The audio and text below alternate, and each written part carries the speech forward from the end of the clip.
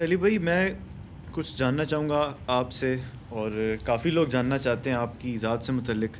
ایک دو چیزیں آپ سے پوچھنا چاہوں گا کہ ابھی کچھ عرصہ پہلے آپ کے اوپر ایک اٹیمپٹ ہوئی تھی مرڈر کی، بلکہ وہ سیکنڈ ٹائم تھی۔ تو یہ تو بڑی ایک کسی شخص کے لیے بھی خوفناک بات ہے کہ اس کے اوپر مرڈر اٹیمپٹ ہو۔ تو جب آپ کے اوپر یہ مرڈر اٹیمپٹس ہوتی ہیں تو اس وقت آپ کی کیا کیفیت بنتی ہے، اور آپ کو ڈر نہیں لگتا؟ دیکھیں، زندگی تو ہر بندے کو عزیز ہے، اس میں تو کوئی شک نہیں ہے۔ اللہ کی جو بڑی نعمتیں ہیں نا، جن کی قدر کرنی چاہیے، اس میں سے زندگی بھی ہے، اور اس کو بچانے کی کوشش بھی کرنا فرض ہے، وہ آپ کا رائٹ ہے۔ اور اللہ نے اس زندگی کی محبت بھی آپ کے دل میں ڈال دی ہے۔ لیکن ایک بات میں آپ کو بتا دوں، دنیا میں بہت کم لوگ ہیں جو مرڈر اٹیمپٹ سے گزرتے ہیں، لیکن یہ ایک ایسا ایکسپیرینس اللہ نے رکھا ہے کہ اس کے بعد جو آپ کے ایمان کی کیفیت یہ ہوتی ہے نا، اگر آپ اس کو پازیٹیولی لیں کہ اللہ تعالی نے وقت مقرر کیا، اس سے پہلے کوئی نہیں لا سکتا۔ آپ نہتے بھی ہو نا، آپ کے ساتھ کوئی کچھ نہیں کر سکتا۔ جو اللہ نے آپ کو زندگی مقرر کی ہوئی ہے وہ پوری ہو کے رہنی ہے، یہ ایک ہے۔ باقی ظاہر ہے لائف ٹائم کے لیے آپ سے زیادہ آپ کے ماں باپ اور بیوی بچوں کے ساتھ جو لائف ٹائم کے لیے ایک تھریٹ اٹیچ ہو جاتا ہے نا، خوف ہر وقت کا، بعض کا ذہنی مریض بھی بن جاتے ہیں لوگ، وہ ایک تکلیف ہے۔ ظاہر ہے وہ ہر بندے کا ٹیمپرامنٹ تو ایسا نہیں ہوتا کہ وہ ان چیزوں کو برداشت کر لے۔ تو ظاہر ہے کہ میرے ساتھ 2017 اکتوبر میں ہوا، پھر 2021 مارچ کے اندر ہوا، دونوں دفعہ یعنی بال بال ہی بچنے والی بات ہے۔ تو اللہ تعالیٰ کا شکر ہے۔ اس کے بعد کیفیت یہ ہے کہ بس شکر کے جذبات پیدا ہوتے ہیں، اور دوسرا یہ ہے کہ انسان بزدلی نہ دکھائے، اور ہمت پیدا ہوتی ہے کہ ٹھیک ہے، اللہ نے جو مشن آپ کے ذمہ کیا ہے وہ آپ سے جب تک پورا نہیں کروائے گا نا، آپ کو کوئی راستے سے ہٹائے گا نہیں۔ اللہ تعالیٰ آپ کے لیے غیبی اسباب پیدا کرتا رہے گا۔ ورنہ یقین کریں، پہلی دفعہ تو بالکل میں اکیلا تھا، عثمان بھائی تھے میرے پاس، ٹھیک ہے، اور وہ اس کی بھی ویڈیو ریکارڈ ہے۔ اس نے میرے خیال ہے چند سیکنڈز کے اندر 25 سے 30 حملے کیے ہیں، دونوں ہاتھ میں اس کے وہ تھے چاقو، اور اس جگہ پہ کیے ہیں۔ ایک بھی صحیح لگ جاتا تو کام ہو گیا تھا۔ تو خون تو جتنے زخم لگے وہ اتنے گہرے نہیں تھے، یا مختلف جگہ پہ وہ گئے، ابھی بھی میرے جسم پہ نشان موجود ہیں اس کے۔ تو دوسری دفعہ بھی جو آیا ہے اس نے بھی بس وہ ایک لمحے کی دوری پہ رہ گیا تھا، وہ مس ہو کے تو میری بازو پہ لگ گیا، ورنہ بازو کے بجائے ادھر لگ جاتا۔ وہ جو بلیڈ تھا وہ تو کم از کم 10-12 ہزار روپے کا وہ بلیڈ ہے جو وہ لے کے آیا تھا، وہ تو بس جسٹ آپ ٹچ کرنے کی دیر ہے تو آپ کی شارک کٹ گئی، ٹھیک ہے۔ تو یہ اللہ تعالیٰ کے ابھی بھی کتنے لوگ بیٹھ کے پلان کر رہے ہوں گے، کرتے ہوں گے۔ کافر کوئی نہیں کر رہا، مجھے کافروں سے کوئی گلا نہیں اس حوالے سے، مسلمان نہیں کر رہے ہیں، کیونکہ مسلمانوں کا کام ہی یہی ہے کہ ان کو یہ پٹی پڑھائی گئی ہے کہ مسلمان کو مارنے سے جنت ملتی ہے، ٹھیک ہے۔ کافروں کے ساتھ یہ خارجیوں کا یہی طریقہ ہوتا تھا نا، مسلمانوں کو قتل کرتے تھے اور کافروں سے جنگ نہیں لڑتے تھے، ٹھیک ہے۔ ہم کہتے ہیں کافروں سے بھی نہ لڑیں، سوائے یہ کہ جب کوئی دو بدو لڑائی آ جائے، وہ ایک علیحدہ معاملہ ہے۔ تو اس طرح کے ایکسپیرینس کے بعد آپ کے اپنے اعصاب، آپ اپنے آپ کو تو سمجھا لیں گے اپنے ایمان کے لیول کے اوپر۔ سب سے بڑی آزمائش جو ہے نا، وہ آپ کے بیوی بچے اور ماں باپ بن جاتے ہیں، وہ بڑی آزمائش ہوتی ہے۔ یہ لوگ نہیں سوچتے، لوگ سمجھتے ہیں جس پہ مرڈر اٹیمپٹ ہوئی ہے نا تو بیچارہ ڈر ڈر کے زندگی گزارا ہوگا۔ نہ، میرا ڈر کہیں نظر آیا آپ کو؟ اس کے بعد تو میں اور ابھر کے ہی سامنے آتا ہوں۔ لیکن مسئلہ ہوتا ہے بیوی بچے ماں باپ، ان کا وہ ٹیمپرامنٹ نہیں ہوتا، کمزور دل والے ہوتے ہیں نا۔ خیر میں نے تو ان کو بھی بڑا دلیر کوشش کرتا ہوں کروں، باقی یہ کہ وہ انسان تو بہرحال انسان ہے۔ تو یہ ایک جذبہ انسان کا اس کے بعد پیدا ہو جاتا ہے کہ آپ کو کوئی کچھ کر نہیں سکتا اللہ کی مرضی کے بغیر، جو مرضی ہو جائے۔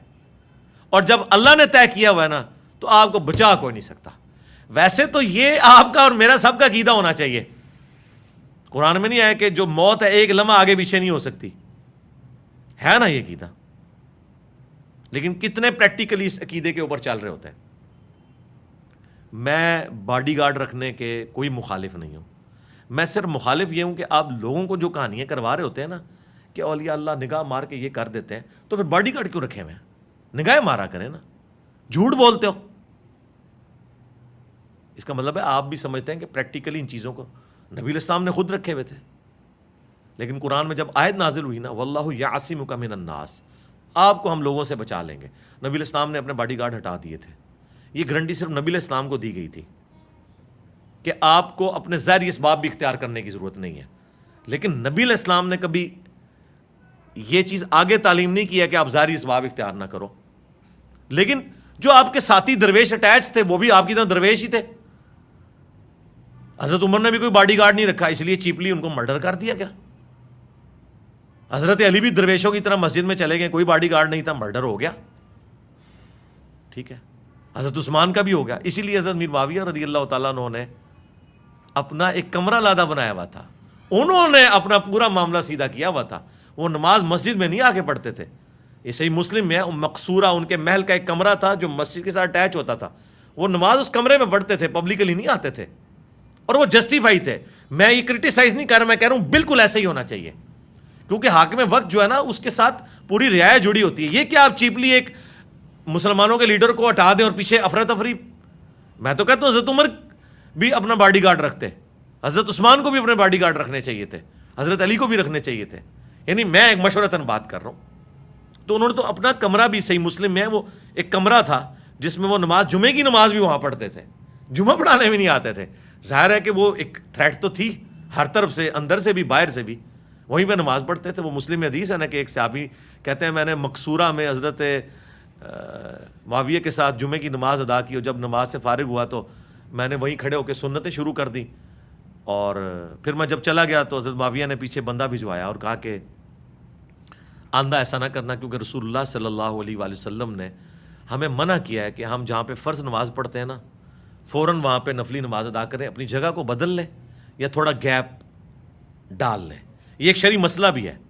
ٹھیک ہے, اور یہ میں سمجھتا ہوں ایک اچھے ٹیچر کی نشانی بھی ہے کہ ایٹ دا اسپاٹ نہ ٹوکے, بعد میں پیغام بھجوایا کہ آندہ ایسا نہیں کرنا. اس لیے ہم کہتے ہیں کہ نماز پڑھنے کے بعد آپ ایگزیکٹ وہاں سنتے ہیں نا شروع کر دیں, تھوڑی دیر سنت اذکار کریں, اس کے بعد بے شک وہیں پڑھ لیں, لیکن گیپ ڈالیں, فرض اور نفل کو علیحدہ کریں. صحابہ کرام تو بکھر کے مسجد میں پڑھا کرتے تھے. تو اس طرح کی ایکٹیویٹیز چونکہ پرفارم ہوتی تھیں, اس لیے یہ آپ, اس لیے میں اب دیکھیں میں پبلکلی اس طرح نماز ڈکلیئرڈ میری نہیں ہوتی ہے. یہ ساری چیزیں جڑی ہوئی ہیں, اور میں اس میں زیادہ, یعنی میرا جو آپ زیادہ کہ میں تو کہتا ہوں 100% ہی مجھے اب دنیا میں کوئی رہنے کی خواہش نہیں ہے, سوائے اس کے کہ میں کہتا ہوں کہ جتنا میں ڈلیور کر سکتا ہوں نا, اور جتنا میں ان باطل فرقوں کو اور شیطانی راستوں کو للکار سکتا ہوں وہ میں خود کر کے جاؤں. ویسے تو اتنے اسٹوڈنٹ پروڈیوس ہو گئے ہیں کہ وہ چلائیں گے, لیکن میں کہتا ہوں میں جتنی بیسٹ ایفرٹ پٹ کر سکتا ہوں وہ کر دوں. اس کے علاوہ کوئی اور خواہش نہیں ہے کہ رذیل عمر تک کوئی لوٹایا جائے. نبی علیہ السلام بھی 61 ایئرز میں چلے گئے. 61 ایئر کوئی ایج نہیں ہے, دیکھا جائے 61 سال کوئی اتنی عمر نہیں ہے. نبی علیہ السلام کی تو داڑھی بھی کالی تھی, اس طریقے حضرت بکر صدیق کی بھی عمر اتنی تھی. 63 سال تو ہم لیونر ایئرز سے کہتے ہیں, سولر ایئرز کے اعتبار سے 61 ایئرز ہی ہے. حضرت علی کی بھی اتنی عمر تھی, حضرت عمر کی بھی اتنی عمر تھی, حضرت عثمان کی عمر 82 ایئرز تک گئی ہے. باقی تو سارے چھوٹی عمر میں گئے. حضرت حسین 57, حسن ابن علی تو اس سے بھی کم عمر میں. تو یہ ایک فائدہ ہو جاتا ہے کہ آپ کو موت کے حوالے سے یہ کلیئر ہو جاتا ہے کہ اللہ نے وقت مقرر کیا ہوا ہے. باقی آپ نے ظاہر ہے کہ پھر پوری لائف میں آپ کے ساتھ یہ چیزیں اٹیچ ہو جاتی ہیں.